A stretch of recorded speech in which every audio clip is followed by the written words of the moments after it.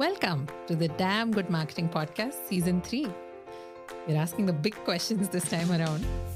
Join us and find out what we're talking about.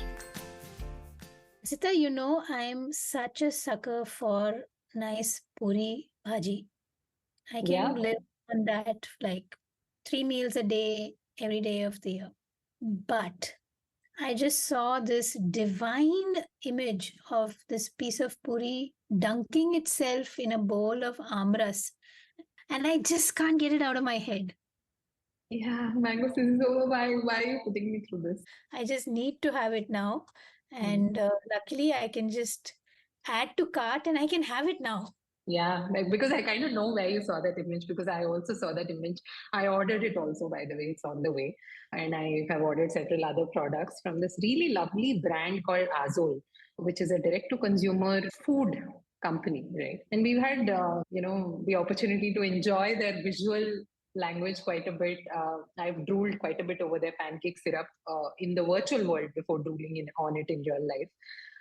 And it's only right that we should bring one of the founders onto the Damn Good Marketing podcast and talk to them about making some of those very clear, very crisp, beautiful, frankly, drool-worthy visual decisions so early in the life of a brand, right?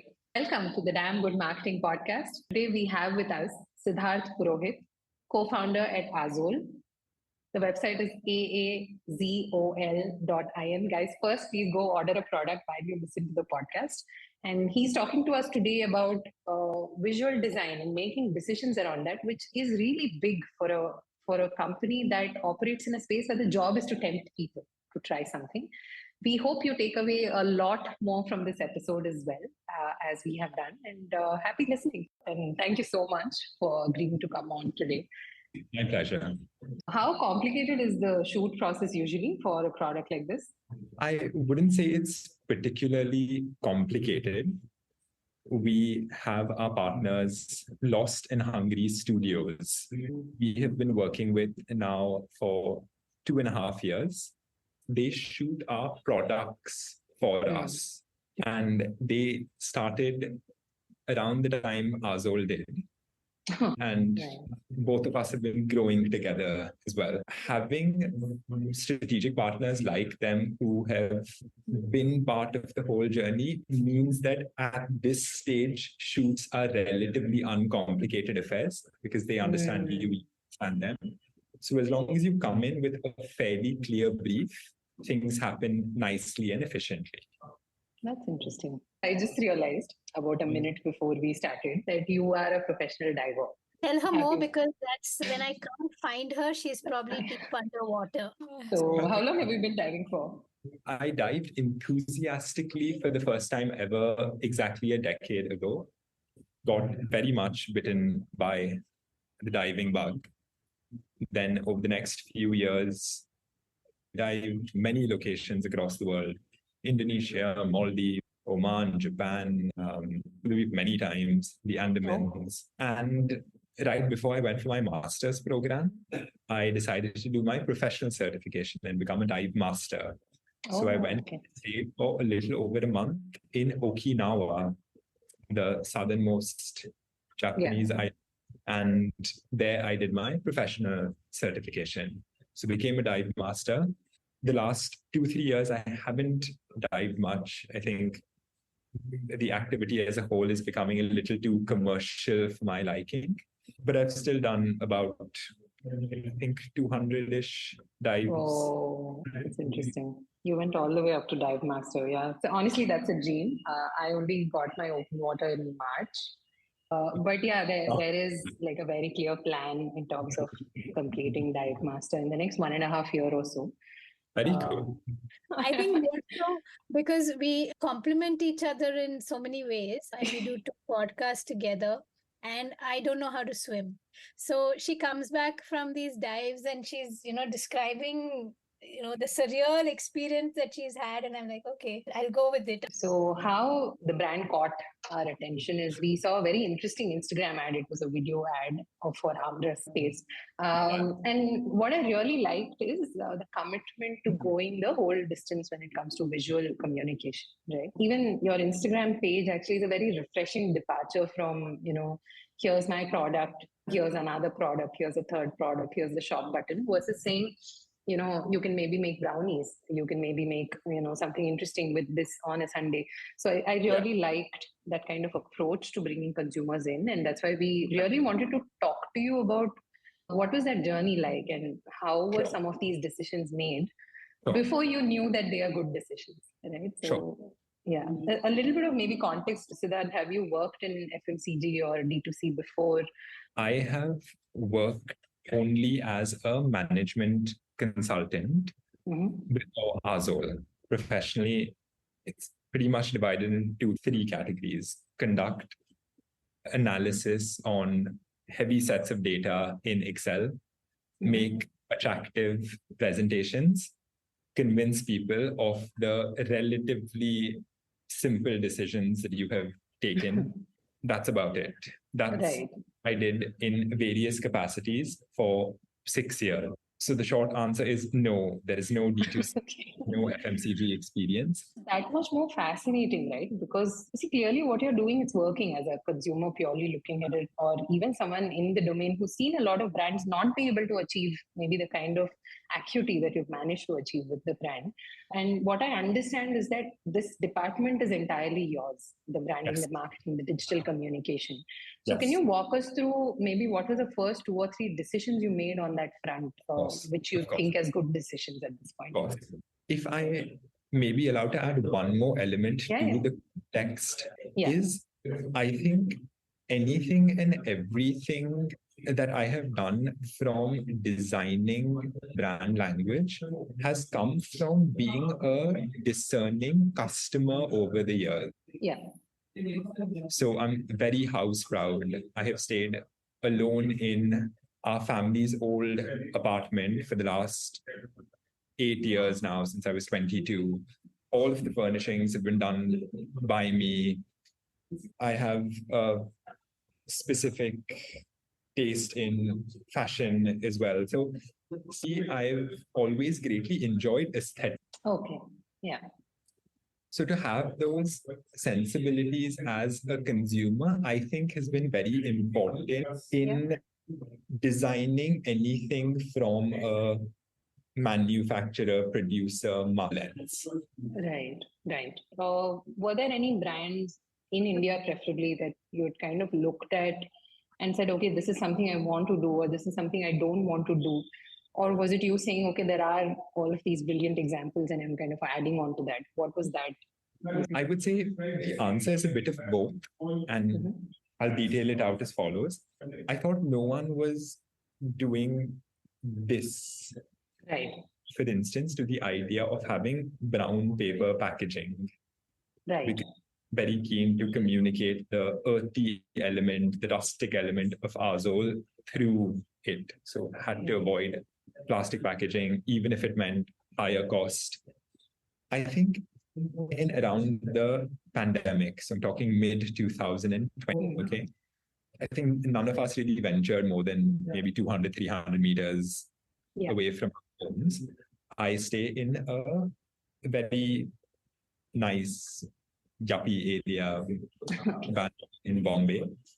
And we had open very close by. And it was started by a young gentleman, a friend of a friend. So my friend took me there to the store. And I was really impressed with their visual language, as you called it. And what really spoke to me was the incredible attention to detail. This was something that had been to every single spacing, every single line, sentence, word. Right. Used, been very detailed out by someone who had a clear idea as to how it was to look. Right. I also greatly enjoyed Subco's typography. And I was quite captured by that being a way for young people looking to start interesting things in the country that were rooted in our tradition. So young people exploring our own heritage and bringing it out in interesting ways. So that's one brand that did these couple of things to me. Show me that attention to detail element, show me the regional typography and the nice ways it can be used, and cater to the philosophy that I believe. Sure, of course. And speaking of support, I think now seeing Aazol in that context, it makes a lot more sense, right? Even the name that you've chosen is not probably a word that a lot of us outside of Maharashtra may be familiar with. But you've done a good job of explaining. And I also like that attention to detail which percolates into the actual packaging itself, even of liquid products, right? So I have a bottle of your liquid jaggery. I'm kind of addicted to it, but it's a pretty solid bottle, right? And it's not very common for liquid goods to travel very well. As much as I love the ad and I love how things look, if the packaging is damaged or if the bottle is broken, then I'm going to be disappointed. So how do you kind of manage all of these expectations?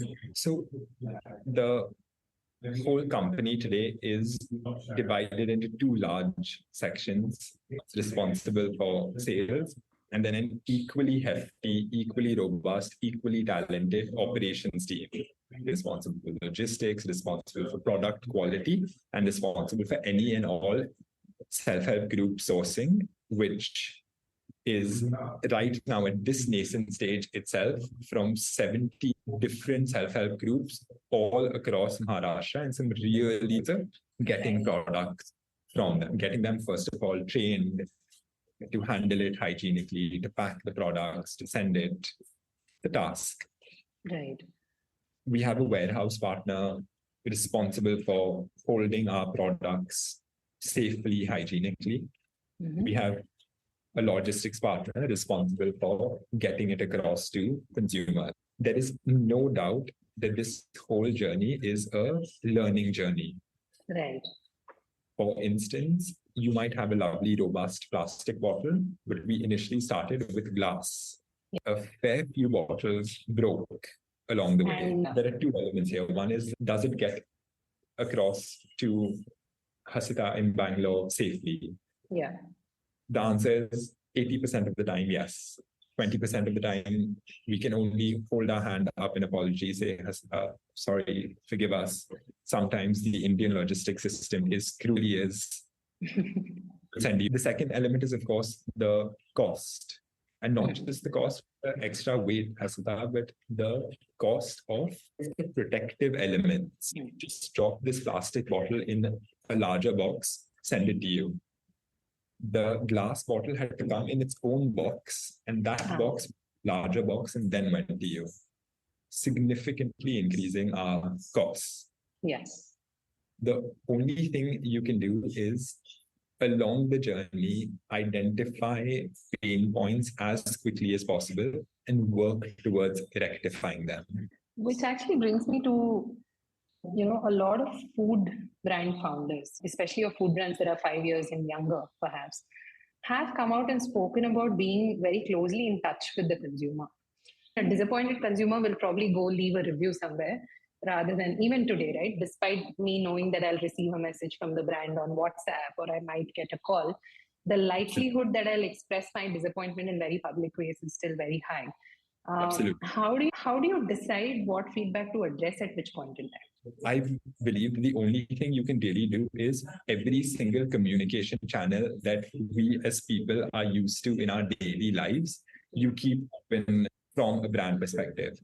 Can you write to me on email? Yes. Can you write to me on Instagram? Yes. Can you write to me on WhatsApp? Yes. Can you call me? Yes. Right. So first is open all channels to the consumer. Second, plaster it everywhere that you can reach us. Should you have any query, any concern, any hassle whatsoever, reach out. Reach out on WhatsApp, reach out on email, call us, reach out on Instagram. Many people do. Many people also pass judgment only through reviews. Right. We live and die by reviews. We have to make a significant effort in garnering reviews. One person who's, I would say, 30 to 50% of their job at Aazol is just on calling up customers saying, please get us reviews. Please, did you like the product? Please give us a review. Good, bad, ugly, just give us a review. So in that process, every single customer gets called. There are still people who behave extremely vitriolically with the brand. You can do nothing but develop a thick skin because some of these comments, despite you being so clear that you are open, so responsive when any query does come in, are frankly unkind and hurtful. Yeah. These you can only ignore. Yeah, for what it's worth, the products are amazing. I'm a very picky eater and I've tried several products and they're all truly, genuinely very nice. And they feel very homegrown, right? But also I sometimes wonder the niche that you've chosen is just that, right? It's a very, very niche segment. You've named yourself, Aazol, which is again a reference to a very specific part of the country. What does growth look like for you? Does it mean more products or does it mean more people buying the same products? Does it mean retention? What does that look like for you? Sure. So I think here for every brand and every person, it's about defining what success is to them. Yeah. Mother and I both started Aazol because we wanted to start a social impact organization. Right. For us, Aazol is not about chasing valuation. For us, Aazol is not about becoming a unicorn. Is not about relentlessly pumping in investor money to grow top line in an unsustainable manner. It is not. For us, we would like Aazol to sustain itself on internal investment, what we have put in of our family money. Right. Therefore, profitability is extremely important. Yeah. From, I would say, day minus 60 or minus 120, 4 months before launch, we were extremely, extremely, extremely clear that cost control has to be extremely tight. Our burn to launch, right? The amount of capital that we had spent in order to launch was the same amount as a friend of mine who also started a food company that has just closed down, spent only on his branding project. Whoa, okay. Yeah. One agency to design his brand language for him, the same amount of money it took us to design our whole ecosystem for launch. Right. And that means doing a lot of things on your own and being extremely judicious in both the people you can work with from a partner lens and from who you can hire. Yeah. Makes sense. Right? So tight cost control because we have to achieve profitability. Profitability also can only be achieved if we hit a certain scale in terms of sales. Sales in a month. Right? Yeah. Growth. But I can't increase my marketing cost any more than this level. Yeah. I'm here just under my marketing budget. I need to bring in 2x the amount of sales that I'm currently doing at this spend. Yeah. So that's the goal. We have to grow as a company at minimal cost in order to become profitable. If we do that, Aazol becomes self-sustaining. Yeah. We are able to pay the team members who have trusted Mother and me and come on to this journey and see potential in Aazol. We're able to give them the money that they're due. We are paying our self-help groups fair, unnegotiated prices. And Aazol is set up for the long term, regardless of mine and Mother's presence, as long as someone sensible is managing the show. Yeah. And if this is achieved, that is success, plain and simple. That goes from there. Do we start incorporating more self-help groups? Do we further help our current self-help group? Yeah. we will figure that. Again, the goal there, Hasita, would be, I don't want to help one lady become queen of that area. Yeah. It is about how do you ensure that money is going to that area for community upliftment. Otherwise, it's not a social impact project. No, it's about nurturing the business because it's not yet self-sustaining.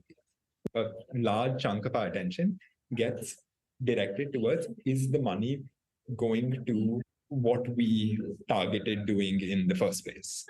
Apurva, what's really interesting and would love to know more is there are so many important areas that you have been able to focus on kind of equally, right? The visual language, the quality of the product, and the social impact. And on top of all of that, staying profitable or being a profitable enterprise. Like if you had to choose like 2 out of these 4, because, how would you go about that? Because I do see some of people who have a great product, but they're just selling on WhatsApp. They've not built that website. They've not done that branding. In this case, you also have to create that customer education piece, right? Like, listen, this is the story behind us, right? So would you choose, or what would be your kind of 2 bits to someone who's saying, hey, I have so many things I need to look at. How do I do this? I can't say much more than have a capable co-founder.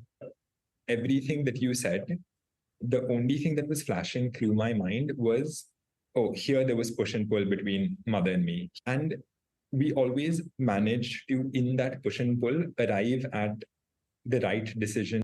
There were several things on the brand front which she was against. A lot of the lovely images that you see on our Instagram of the self-help groups that I got shot through at a huge subsidy through an incredibly talented friend of mine who is Bangalore-based photographer.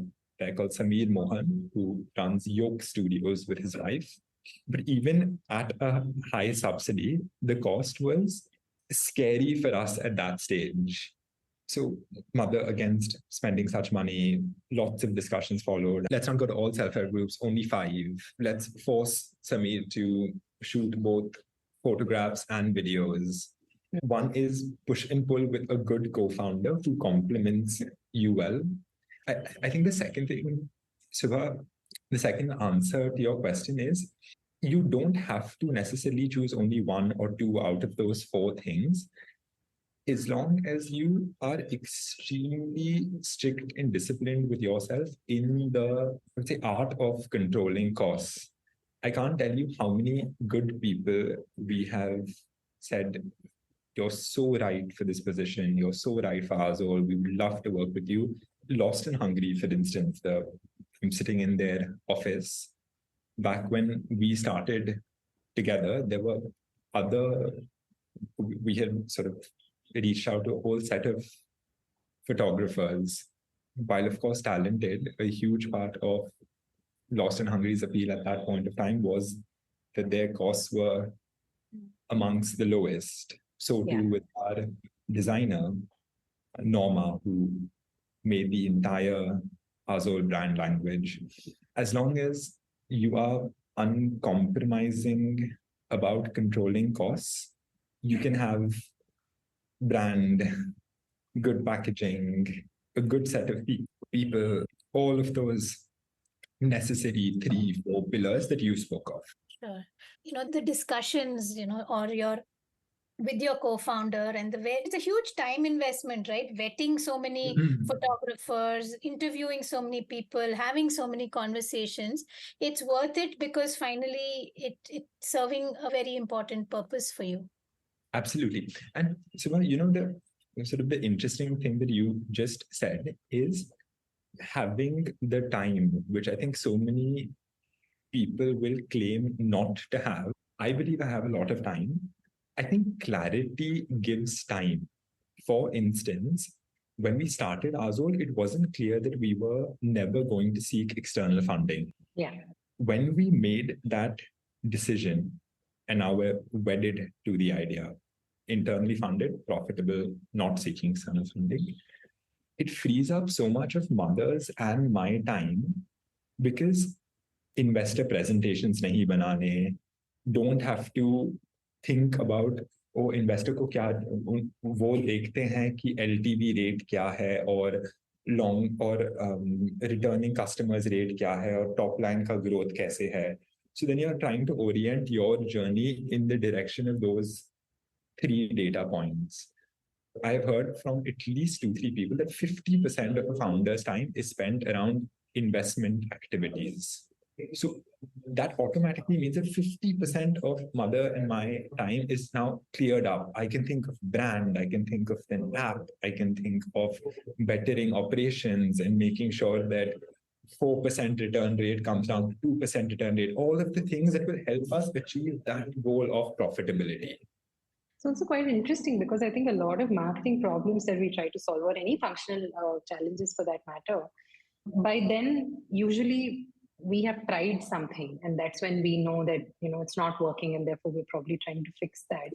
But really, I think what we are hearing from this conversation, Siddharth, is that you really need to spend a little bit of time on that level 0 and know exactly what you're doing, disagree about things, hopefully begin to start agreeing about a few things, and then kind of start taking some decisions from there, and then kind of all the tactics evolve, which is very interesting. So how you said one question I get asked in my consulting engagements is, when is a good time to invest in visual assets? Right? Say, for example, the co-founder or the founder in question is not a very visually acute person. Visual language obviously has a far greater impact than any number of words ever could, and that's the harsh truth. What would be your recommendation to someone who's really starting from that standpoint and trying to still succeed, right? So if I understand your question correctly, my answer would be that there is really no working around the fact that you need that expertise. If you don't possess it yourself and you do not have a co-founder who possesses it, or if you don't have a co-founder at all, then the only option, as far as I see it, is getting on a trusted strategic partner who can fulfill that space, that gap for you in a meaningful manner and in an invested manner. I think every single strategic partner that I see of ours, Norma, Vinayak, and Lost in Hungary, I see a certain amount of investment in the whole brand on their side. They have committed a part of their heart and soul, if I may, to this journey and to the Aazol brand. We, in the beginning, gave them extremely clear, tight briefs. That was the requirement on our end. It is a requirement. I think many people give loose briefs or very open to interpretation briefs. Then it's an iterative process. They'll come back with their vision, and post that iterative process, to an extent also letting go and trusting the vision of your strategic partner. That's interesting. And somehow it makes sense, right? Because I think what we see is the stick figures, and we see a little bit of the stick figures is actually the wrong word. It's a very beautiful system using lines and shapes, which are basic. And I could ask you, hey, why that? Why not like a render?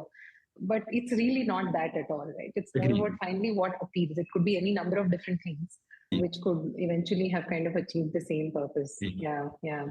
What you spoke of is called line art. Oh, okay. And I also wasn't aware of what line art was until Norma shared this with us. And it spoke to us. And she was, you actually, in an example, beautifully articulated my point, which is she gave something that we had no idea and would have never conceptualized on our own, because we don't have expertise. I have a little bit of aesthetic ability, not much beyond that. It spoke to us, but it spoke to us, and Norma was able to create it because we had shared an extremely clear brief. I knew exactly, I didn't know how it would manifest, but I knew what the pillars of the brand were. When I reached out to Norma and whoever else I did at that stage from a design perspective. And that synergy or the lack thereof is something that constantly plays out in our lives in different contexts, right? Like when the synergy is there, it obviously makes a huge amount of difference to both parties working in the system. Exactly. Yeah. No, this is actually usually with us, the guest conversations always end up being so much more than we ever prepare for. Like, I don't mean in terms of time, in terms of how much we are learning from this as well. Right? Like, it's been such I think, a soothing conversation almost, and kind of reinforces a lot of things that we've suspected about the respective businesses we run. Especially, Siddharth, I think your messaging on clarity brings time. I think we are going to be thinking about that for a very long time, because I think it's so true more than anything. And we kind of just want to ask you one last thing about kind of future plans for a brand like Aazol. Do you see yourselves going on shelves? Absolutely. So we have already, Hasita, over the last few months, been making a concerted push towards retail. Okay. And I was telling Vinayak, the founder of Lost and Hungry, just today, who asked me, "Oh, how's Aazol going?" Yeah. And I said, if the expected pace, or if the maximum pace on retail is 100, yeah. After building in buffers, we said, okay, expected pace will be 30. Actual pace is 3. And sounds very reasonable. This is actual pace after you have finally, after months, figured out. Yeah. In the beginning, when you come, you say, I want to be in general trade and modern trade and this and that and the other. What we are, and this is just from a retail perspective, I answer, what we are coalescing around, right? What we are finally coalescing around is that we belong in specialty stores, right? A finite range of specialty stores, which will give us access to premium customers. This includes the likes of, in Bombay, Nature's Basket, the signature Reliance stores, called Fashion Pick, for instance. These all are classified under modern trade. Right. And we've tried a lot, trust me, a lot of dead ends here. Yeah. A lot of stores that we have entered, but then given no dividends. We're selling 3 products a month, for instance. It's a complete waste of time. There are also a lot of these, in fact, like these niche super specialty stores, which say that we are the farmers, markets, stores, Ayurveda, etc., consider them to have super specialty, very snooty about the products that they will put in. Stocks. I think most premium customers are discerning, not snooty. Yeah. Few snooty people will go there, but not enough to sustain either them or us. Right. These stores you have to avoid. The general trade where you won't get premium customers, you need to avoid. I was just going to ask you, how is it that clarity is so strong? But I get where you're coming from. I think it's really simple. You have to try intelligently. By the way, retail, there are a lot of upfront costs. Yeah. And if we said yes to every single opportunity that came, we would have spent tens of lakhs on those upfront costs itself. And we would have sunk by now. You have to be judicious in your decision making, but you have to try. And then you have to evaluate quickly. Right. And lessons learned have to be implemented fast. Quickly as well. Yeah. So now, in the last, I would say, maybe as little as 2 weeks, but chalo, I'm being gracious and saying last month, which is the third big team that we are building at Aazol, along with brand marketing, online sales, which I handle, and operations, which Mother handles. The team that we are building has finally reached that stage where they aren't headlessly chasing multiple opportunities and doing nothing correctly. They are in a focused manner realizing the potential of 20 stores only in Bombay. Bangalore nahi jana, abhi Delhi nahi jana, Pune bhi nahi jana. Bombay mein 20 stores hai. Figure out what to do from a visibility perspective. Get your processes right. For example, are they giving you purchase orders? As simple as that. And are paying you on time? Just get the processes right, get visibility, and make these 20 stores a success.